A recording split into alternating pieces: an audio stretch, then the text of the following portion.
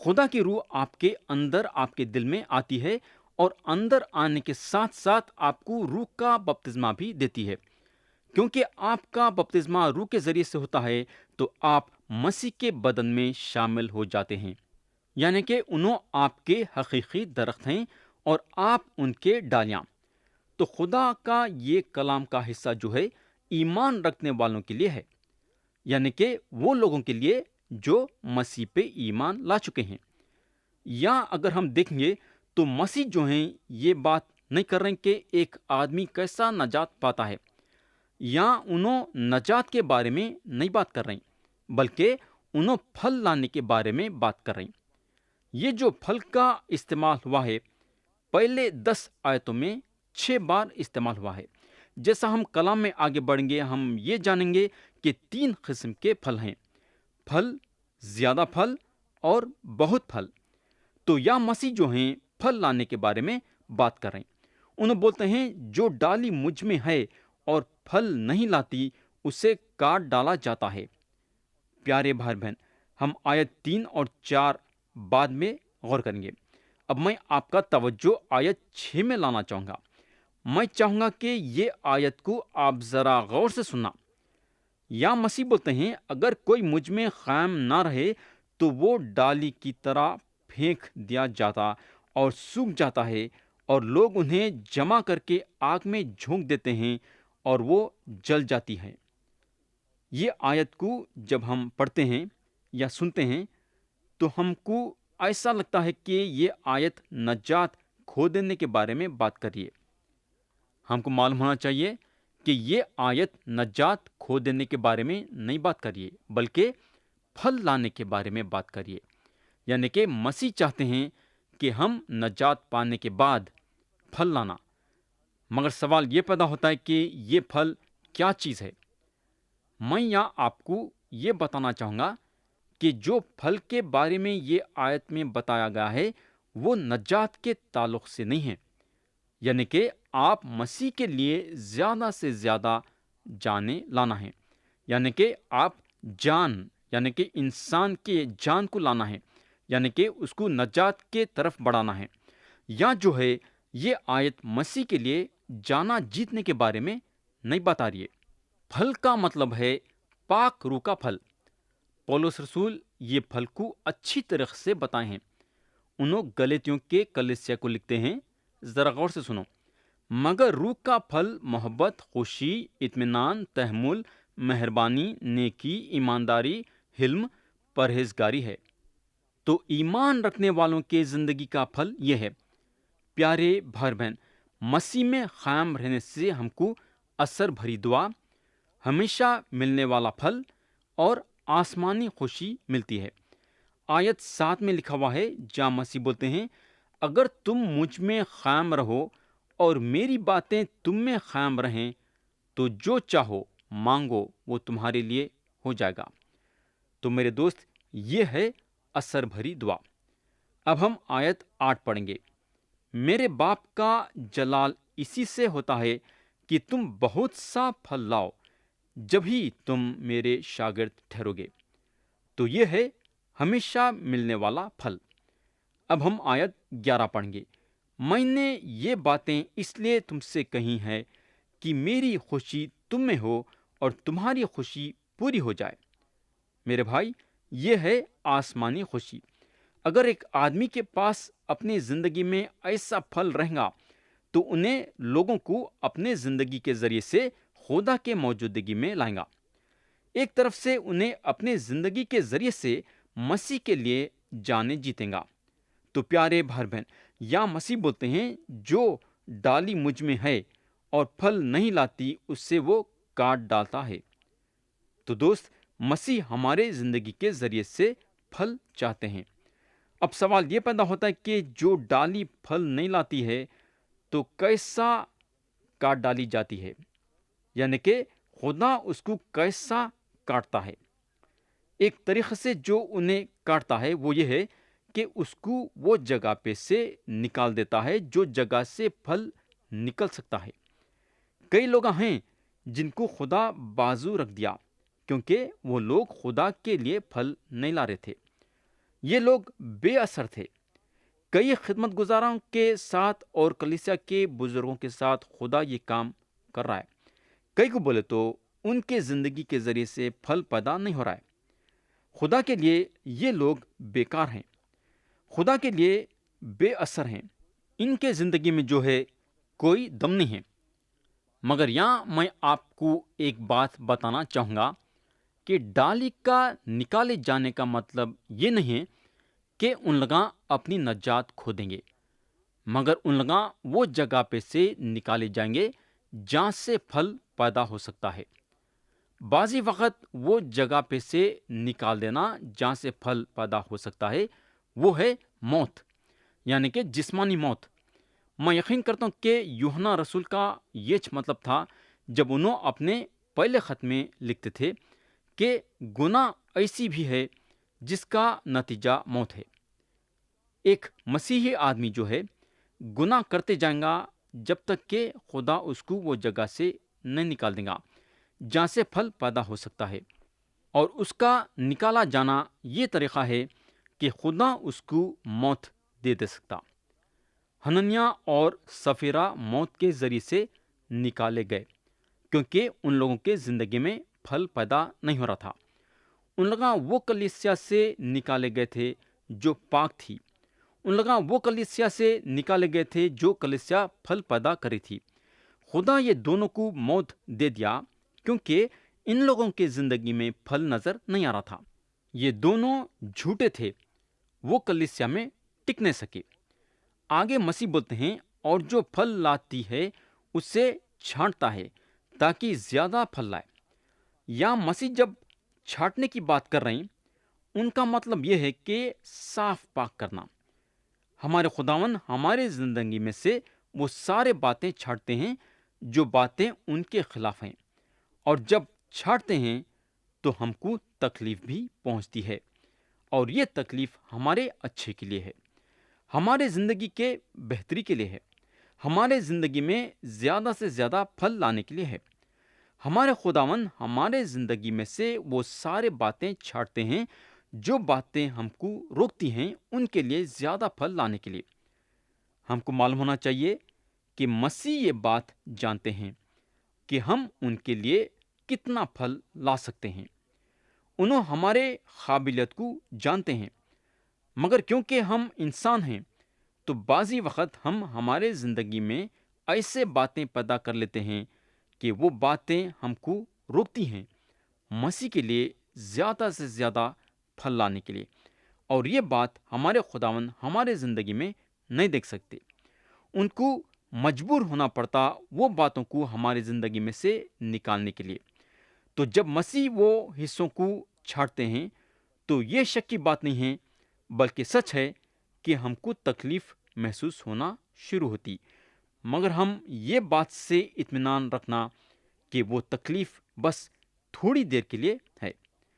ایک بار جب ہمارے خداوند وہ بات کو ہمارے زندگی میں سے چھانٹتے ہیں جو باتیں ہم کو روکتی ہیں ان کے لیے زیادہ پھل لانے کے لیے، تو اس کے بعد ہم خود محسوس کرنے لگتے ہیں کہ ہمارے زندگی میں زیادہ پھل نظر آ رہا ہے۔ آیت 3 پڑھیں گے۔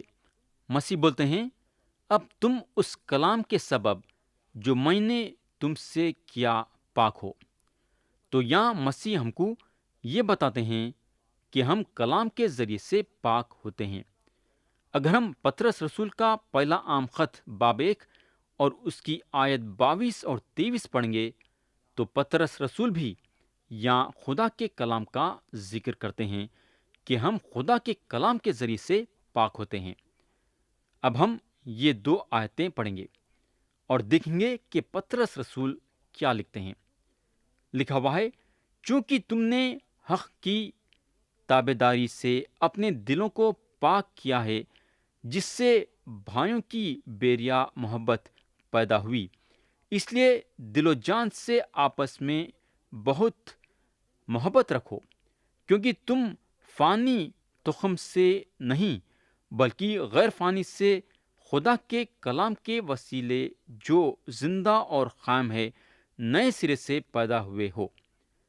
تو پیارے بھائی بہن، ہم خدا کے کلام کے ذریعے سے نئے سرے سے پیدا ہوئے ہیں۔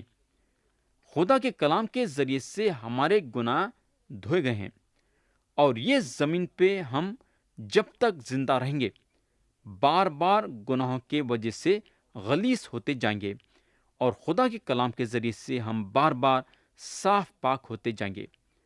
مگر خدا کی شکر گزاری یہ بات سے کرنا کہ خدا اپنا کلام استعمال کرتا ہے ہم کو ہمارے گناہوں سے صاف پاک ہونے کے لیے، وہ بھی 1 یا 2 یا 3 یا 4 یا 1 مہینہ یا 1 برس نہیں، بلکہ جب تک ہم یہ زمین پہ زندہ رہیں گے اور جب تک گناہ کرتے رہیں گے تو خدا کا کلام ہمیشہ ہم کو ہمارے گناہوں سے صاف پاک کرتے رہے گا۔ اس لیے ہمارے لیے ضروری ہے کہ ہم بائبل شریف پڑھنا چاہیے۔ زبور کے کتاب میں لکھا ہوا ہے، جوان اپنی روش کس طرح پاک رکھیں، تیرے کلام کے مطابق اس پر نگاہ رکھنے سے۔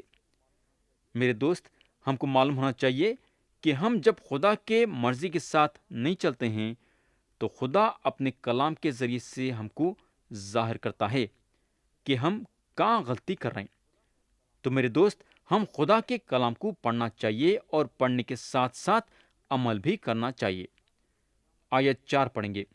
یا مسیح بولتے ہیں، تم مجھ میں قائم رہو اور میں تم میں، جس طرح ڈالی اگر انگور کے درخت میں قائم نہ رہے تو اپنے آپ سے پھل نہیں لا سکتی، اسی طرح تم بھی اگر مجھ میں قائم نہ رہو تو پھل نہیں لا سکتے۔ تو اب ہم تیسرے لفظ پہ آ گئے ہیں، اور میں چاہوں گا کہ آپ ذرا غور سے سننا۔ تیسرا لفظ ہے قائم۔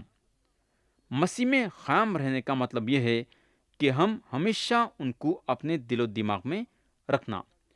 ہم ابھی خدا کے کلام کے ذریعے سے پاک صاف ہونے کے بارے میں بات کر رہے تھے، ہے نا؟ یہ جو ہے مسیح میں قائم ہونے کا ایک حصہ ہے۔ ہم کو روز مسیح کے ذریعے سے پاک صاف ہونا ضروری ہے۔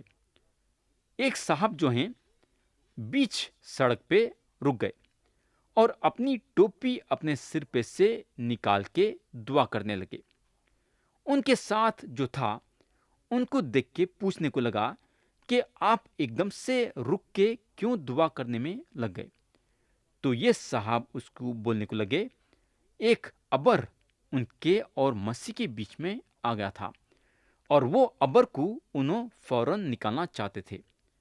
ابر کا مطلب یہ ہے کہ چلتے چلتے یہ صاحب کے دل میں گناہ بھرا خیال آیا، اور انہوں مسیح سے اقرار کر کے مسیح سے معافی مانگے۔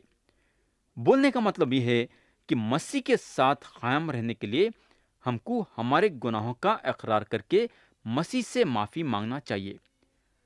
تو ان میں قائم رہنے کے لیے ہم ہمیشہ مسیح کے ساتھ چلنا چاہیے۔ اس کے علاوہ قائم رہنے کا مطلب یہ بھی ہے کہ ہم ان کے حکموں پہ عمل کرنا چاہیے۔ آیت 10 میں انہوں بولتے ہیں، اگر تم میرے حکموں پر عمل کرو گے تو میری محبت میں قائم رہو گے، جیسے میں نے اپنے باپ کے حکموں پر عمل کیا ہے اور اس کی محبت میں قائم ہوں۔ اور آیت 14 میں مسیح بولتے ہیں، جو کچھ میں تم کو حکم دیتا ہوں اگر تم اس سے کرو تو میرے دوست ہو۔ پیارے بھائی بہن، مسیح کے حکموں پہ عمل کرنا یہ ظاہر کرتا ہے کہ ہم مسیح میں قائم ہیں۔ اب ہم آیت 5 پڑھیں گے۔ یہاں مسیح بولتے ہیں، میں انگور کا درخت ہوں، تم ڈالیاں ہو۔